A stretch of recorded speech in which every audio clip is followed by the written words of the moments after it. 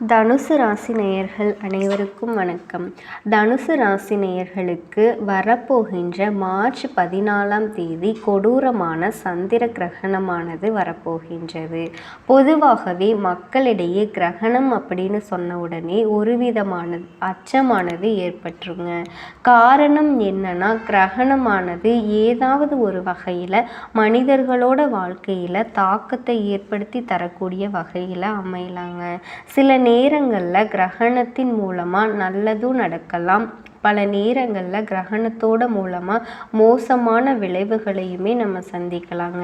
அதாவது ஜோதிட ரீதியாக பார்க்கும்போது இந்த கிரகணங்கள் அப்படிங்கிறது மிக முக்கியமான நிகழ்வாகவும், இந்த கிரகணத்திற்கு பிறகு ஒவ்வொரு தனிப்பட்ட மனிதர்களுடைய வாழ்க்கையிலையும் மிக எதிர்பாராத பல நல்ல திருப்பங்களையும் சந்திக்கக்கூடிய வகையிலையும் நிலைமையானது மாறக்கூடும் அப்படின்னு சொல்லுவாங்க. ஸோ அந்த வகையில் தான் மேச ராசி நேயர்களோட வாழ்க்கையில் இந்த ஒரு சந்திர கிரகணத்திற்கு பிறகு நிலைமையானது உங்களுக்கு எப்படி மாறப்போகுது, தொழில் ரீதியாக ஏதாவது முன்னேற்றகரமான சூழ்நிலை இருக்குமா, இல்லை இப்போ செஞ்சுட்டு இருக்கக்கூடிய தொழிலையே நம்ம இன்னும் கண்ணும் கருத்துமாக இருக்கணுமா, ஏதாவது இன்வெஸ்ட்மெண்ட் இப்போ பண்ணால் அதில் நமக்கு லாபமானது கிடைக்கக்கூடுமா, அது மட்டும் கிடையாதுங்க. குடும்ப வாழ்க்கையானது எப்படி அமைய போகுது, நிதி ரீதியாக கடந்த சில நாட்களாகவே நம்ம கஷ்டப்பட்டுட்டு இருக்கோம் இல்லையா, அது எல்லாமே இனி வரப்போகின்ற நாட்களில் உங்களுக்கு நல்லபடியாக கிடைக்கக்கூடுமா, நிதி ரீதியாக இருந்து வந்த பிரச்சனைகள் சாதகமாக முடியக்கூடுமா, அதே போல் பார்த்திங்கன்னா சிலர்கிட்ட பணம் கொடுத்துருந்தீங்க, அந்த பணமானது உங்களோட கைக்கு வராமல் இருந்துச்சு இல்லையா, அப்படிப்பட்ட அந்த பணமானது இப்போ உங்கள் கைக்கு வரக்கூடிய வாய்ப்புகள் இருக்கா, ஆரோக்கியத்தில் முன்னேற்றகரமான சூழ்நிலை இருக்கா அப்படிங்கிற எல்லா விஷயத்தையும் டீட்டெயிலாக நம்ம பார்த்துக்கலாம். அதுக்கு முன்னாடி தனுசு ராசி நேயர்கள் இந்த வீடியோவை பார்த்துட்டு இருந்தீங்கன்னா ஓம் முருகா போற்றி அப்படிங்கிற திருமந்திரத்தை கமெண்ட்ஸில் 3 முறை டைப் பண்ணி சந்திர கிரகணத்திற்கு பிறகு எல்லாமே உங்களுக்கு நல்லதாக நடக்கக்கூடுங்க அப்படின்னு மனசில் நினச்சிக்கோங்க. மேலும் இந்த சந்திர கிரகணத்தின் மூலமாக உங்களுக்கு எந்தவித தோஷ பாதிப்புகளும் ஏற்படக்கூடாது அப்படின்னு நீங்கள் நினச்சிங்கன்னா சந்திர கிரகணம் முடிஞ்சதுக்கு அப்புறமா நீங்கள் குளிக்கக்கூடிய தண்ணீரில் இந்த 2 பொருளை கலந்து குளிச்சுட்டு வாங்க. இதன் மூலமாக உங்களுக்கு கிரகண தோஷ பாதிப்புகள் ஏதாவது இருந்தால் அது எல்லாமே குறைய ஆரம்பிக்கும். எனவே அந்த 2 பொருள்கள் என்னென்னா, மேலும் ஜோதிட ரீதியாக இந்த கிரகணத்திற்கு பிறகு உங்களுக்கு நேர காலமானது எப்படி அமைஞ்சிருக்கு அப்படிங்கிற எல்லா விஷயத்தையுமே நம்ம டீட்டெயிலாக பார்க்கலாம். அதுக்கு முன்னாடி நீங்கள் நம்ம சேனலை இன்னும் சப்ஸ்கிரைப் பண்ணலைன்னா சப்ஸ்கிரைப் பண்ணிடுங்க. அப்படியே பக்கத்தில் இருக்கக்கூடிய பெல் ஐக்கானையும் ப்ரெஸ் பண்ணிடுங்க. வாங்க வீடியோக்குள்ளே போகலாம். 14/3/2025 வெள்ளிக்கிழமை அன்னைக்கு தான் இந்த ஒரு இரத்த சந்திர கிரகணமானது ஏற்பட போகுது. கிட்டத்தட்ட 6 மணி நேரம் இந்த கிரகணமானது அன்னைக்கு நாளில் நீடிக்க போகுது. காலையில் 9:27 மணிக்கு ஆரம்பித்து பார்த்திங்கன்னா மாலை நேரம் 5:27 மணி வரைக்கும் இந்த ஒரு சந்திர கிரகணமானது இருக்க போகுதுங்க. இதனால தான் பார்த்திங்கன்னா ஜோதிட ரீதியாக பார்க்கும்போது பல எதிர்பாராத கிரகங்களோட இடமாற்றங்களும் இந்த கிரகணத்திற்கு பிறகு தொடர்ச்சியாக ஏற்பட்டுக்கிட்டே இருக்க போகுது. இதையெல்லாம் வச்சு தான் மேச ராசி நேயர்களோட ஜோதிட பலன்களுமே கணிக்கப்பட்டிருக்கு. அது மட்டும் கிடையாதுங்க, மார்ச் 31க்குள்ளே நிச்சயமாக மேச ராசி நேயர்களோட வாழ்க்கையில் இதெல்லாம் நடந்தே தீரும் அப்படின்னும் கணிக்கப்பட்டிருக்கு. மேச ராசி அன்பர்களுக்கு என்னென்ன மேன்மைகள் பலன்கள்லாம் ஏற்பட போகுது அப்படிங்கிறத நம்ம இப்போ பார்க்கலாம். மார்ச் 14, 2025 அன்னைக்கு நடைபெறும் சந்திர கிரகணம் தனுசு ராசி, அதாவது தனுசு ராசி தனுசு லக்னம் உடையவர்களோட வாழ்க்கையில் பல்வேறு அம்சங்களில் தாக்கத்தை ஏற்படுத்தும்.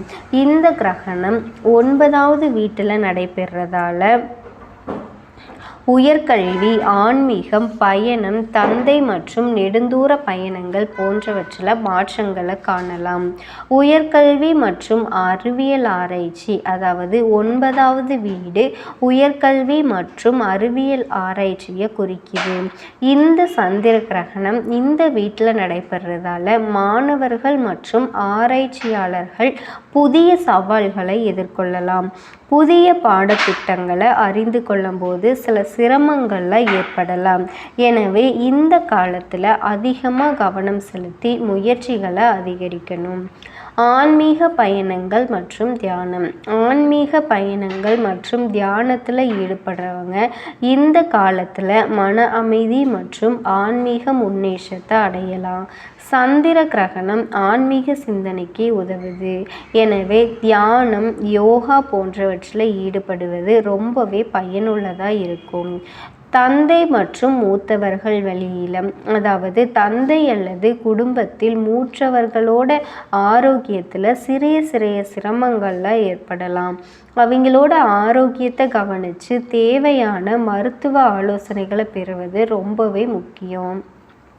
நெடுந்தூர பயணங்களுக்கு திட்டமிடுறவங்க இந்த காலத்தில் சில தாமதங்கள் அல்லது தடைகளை எதிர்கொள்ளலாம்.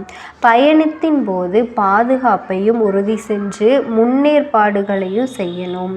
சமூக மற்றும் சட்டவியல் வியாபாரங்களில் இருக்கவங்க விவகாரங்கள், அதாவது சமூக மற்றும் சட்டவியல் விவகாரங்களில் சிக்கல்கள்லாம் ஏற்படலாம். சட்டப்பூர்வமான நடவடிக்கைகள்லாம் எடுக்கும்போது ரொம்பவே கவனமாக இருக்கணுங்க. இந்த சந்திர கிரகணத்திலிருந்து விலகறதுக்கு ஒரு சில பரிகாரங்கள்லாம் இருக்குது. சந்திர கிரகணத்தின் போது தியானம் மற்றும் மந்திர ஜபம் செய்வது மன அமைதியை உங்களுக்கு ரொம்பவே அதிகமாக தரும். பரிகார ஹோமங்கள் அல்லது பூஜைகளை நடத்துவது ரொம்பவே நன்மை தருங்க. பரிகாரங்களுக்கு தானம் செஞ்சு புண்ணியத்தை அதிகரிக்கும்.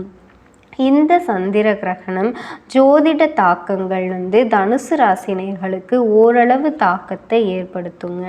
மார்ச் 14, 2025 அன்னைக்கு நடைபெற இந்த சந்திர கிரகணம் தனுசு ராசி இருக்கவங்களோட வாழ்க்கையில் ஒரு சில சவால்களையும் முன்னேற்றங்களையும் கொண்டு வருங்க. அறிவோடு செயல்பட்டு இந்த பரிகாரங்களை எல்லாம் பின்பற்றினா இந்த காலத்தில் வர பிரச்சனைகள் எல்லாமே உங்களுக்கு ஓரளவுக்கு சாதகமாக முடியறதுக்கு நிறைய வாய்ப்புகள் இருக்குங்க. இந்த மாதிரி விஷயத்துலையெல்லாம் கொஞ்சம் ரொம்பவே கவனம் செலுத்துங்க. அதே மாதிரி இந்த ஒரு சந்திர கிரகணமானது பார்த்திங்கன்னா வெள்ளிக்கிழமை அன்னைக்கு வருது. அந்த வெள்ளிக்கிழமை மாலை நேரத்தில் ஒரு 6 மணிக்கு மேலே கிரகணம் முடிஞ்சிருதுங்க. கிரகணம் முடிஞ்சதுக்கப்புறமா உங்கள் வீட்டில் இருக்கக்கூடிய அனைவருமே கட்டாயமாக குளிக்கணும். அதுவும் தனுசு ராசி நேயர்களாகிய நீங்கள் கட்டாயமாக குளிச்சே ஆகணுங்க. இல்லை நான் காலையிலேயே குளிச்சிட்டேன் அதனால் திரும்ப குளிக்கலை அப்படின்னு சொல்லாதீங்க.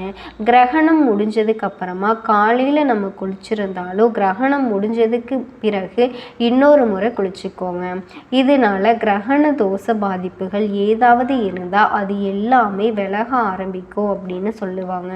தோல் ரீதியாக ஏற்படக்கூடிய சின்ன சின்ன ஆரோக்கிய ரீதியாக வரக்கூடிய பிரச்சனைகள் எல்லாமே நீங்க ஆரம்பிச்சிருங்க. அதோட நம்ம மேலே இருந்து வந்த கெட்ட சக்திகள் எல்லாமே நீங்க ஆரம்பித்து ஒரு நல்ல பாசிட்டிவிட்டியானது ஏற்படும் அப்படின்னு சொல்லுவாங்க. அதுக்கு நீங்கள் குளிக்கக்கூடிய தண்ணீரில் கொஞ்சமாக கல்லுப்பு மஞ்சளை கலந்து அந்த தண்ணீரை நீங்கள் குளிச்சுட்டு வாங்க. இதன் மூலமாக பார்த்தீங்கன்னா உங்களுக்கு ஒரு முழுமையான நல்ல ஒரு நேர்மறை ஆற்றலை பெற்றுக்கொள்ள முடியும். இந்த வழிபாட்டை நீங்கன்னு கிடையாது, உங்கள் வீட்டில் இருக்க எல்லாருமே செய்யலாம்.